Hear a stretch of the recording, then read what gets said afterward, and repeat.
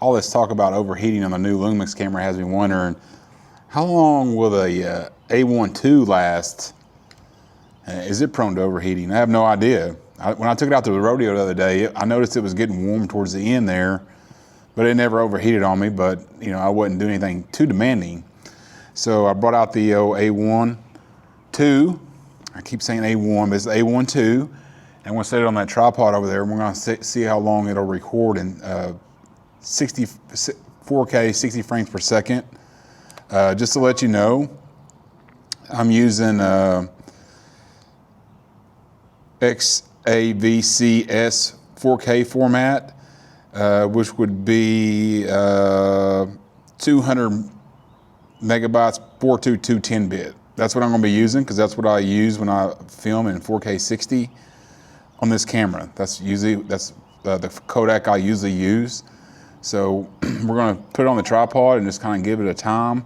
Today it's 90 degrees. I'm going to put it out there in the sun. It rained about 30 minutes ago, so it's like extra humid right now. I mean, the conditions right now are just extra brutal. And it's just right out there in the sun. We're going to throw it on there and see how long it'll last. I just came from my house. It was in an air conditioned room, so it's a little bit cool to touch right now, so that might have something to do with it. I don't know, but I don't have time to warm it up to room temperature and then all that. So I'm just going to throw it on the tripod. We're going to see how long it'll go. I don't suspect that I'll be out here too long, to be honest with you, but we're just going to see. I will say that Sony did that crap again with the screens, where they dim out the screen. The screen is dimmer than the A7R5 for sure. It's really hard to see out in bright sunlight, even if you have sunny weather mode enabled. It's almost impossible to see. I really wish they wouldn't do that. I don't know why the reason, if it's power consumption or whatever. I really wish they would let their user control how bright the screen is, because bro, that screen is, when it's bright, sunny like that, you cannot see it. You cannot see the screen at all. So again, there's my camera sitting out there in the sun, right in the sun, 90 degrees, humid as hell.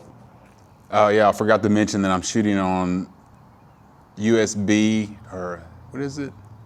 The Type A card. I forgot to mention that I'm shooting dual recording Type A cards right now. That's what I'm using. Express Type A in both slots. Props to whoever does overheating tests. This is like the boringest thing ever. You're just sitting here watching your timer doing absolutely nothing. We're at 4 minutes and 37 seconds. I just went out to check it. The body's getting warm to the touch, but I don't have any kind of overheat warning on yet. But it is starting to get warm, the body. There is a slight breeze going on today. I mean, a slight breeze. I really think that helps a lot to keep your camera cool. Like, if you're moving around a little bit, or if there's a nice breeze blowing, I think that really helps keep your camera cool. But today, there's a little bit of a breeze, not much of one, but a little bit of breeze. 6 minutes, still no warnings. Going on 9 minutes, no warnings yet. 11 minutes, no warnings yet. I switched it around just a little bit so the sun will hit it right on the back of the camera. I mean, right on the back. Ain't no excuses. Okay, we're at 17 minutes, not even a warning yet. I want to call this thing at 20 minutes. I'm calling it because I got to go to a doctor's appointment. I didn't realize, I didn't think at all that I would be out here for this long at all. I thought it'd be like 5-6 minutes. I mean, it was brutal. It was brutal outside. And so we're going to let it run until 20. If nothing happens before then, no warning or anything, I'll report that. But I'm calling it at 20 minutes.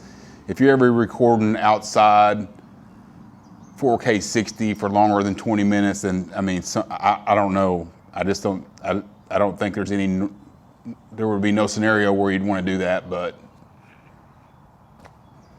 we're going to stop it there at 20 if it makes it that long. So I know the A1. I know it has pixel bin footage. Okay, it's not like oversampled 7K, blah blah blah, all this and that. I understand that. So the point I'm getting at is, this is the camera I have. It seems to be a big topic on the internet today about overheating. I'm out testing the camera that I have, the camera that I'll trust when I go to shoot something. This is what I'll have. So I'll have some kind of ground rules as to when my camera may or may not overheat. So that's what I'm not doing today. I'm just letting you know what the results are when I get them. Just so you know, I know that the codec is not as demanding as like downsampled 7K or 6K open gate or any of that stuff. It's just, this is the camera I have. So that's what I'm testing.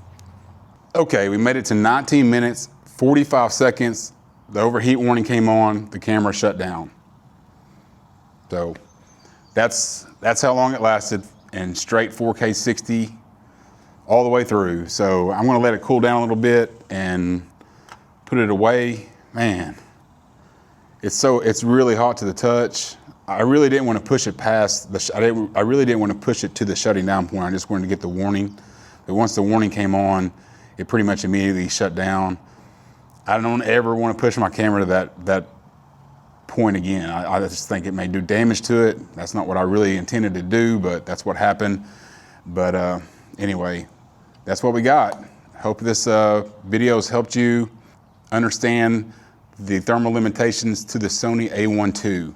60 frames per second, 19 minutes, 45 seconds.